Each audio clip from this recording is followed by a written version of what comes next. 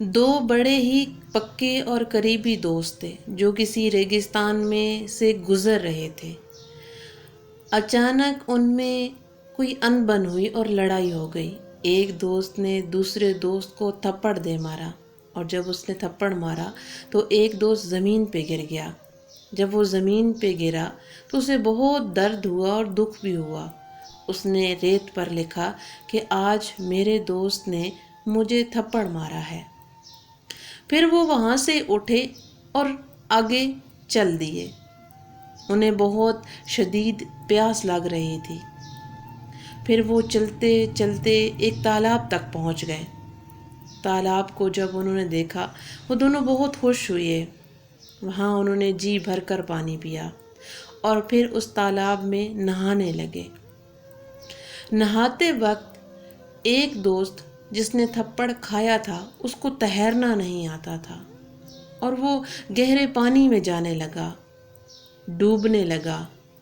تو دوسرے دوست نے جلدی سے آگے بڑھ کے تیرتے ہوئے اپنے دوست کا ہاتھ پکڑا اور اسے کنارے پر لے آیا۔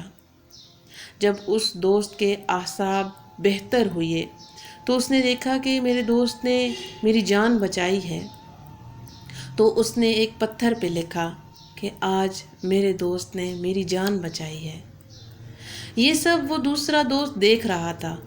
اس نے اس سے پوچھا کہ پہلے میں نے تمہیں تھپڑ مارا تو تم نے ریت پہ لکھا کہ میرے دوست نے مجھے تھپڑ مارا ہے، ابھی میں نے تمہاری جان بچائی تو تم نے پتھر پہ لکھا ہے کہ میرے دوست نے میری جان بچائی، تو ایسا کیوں؟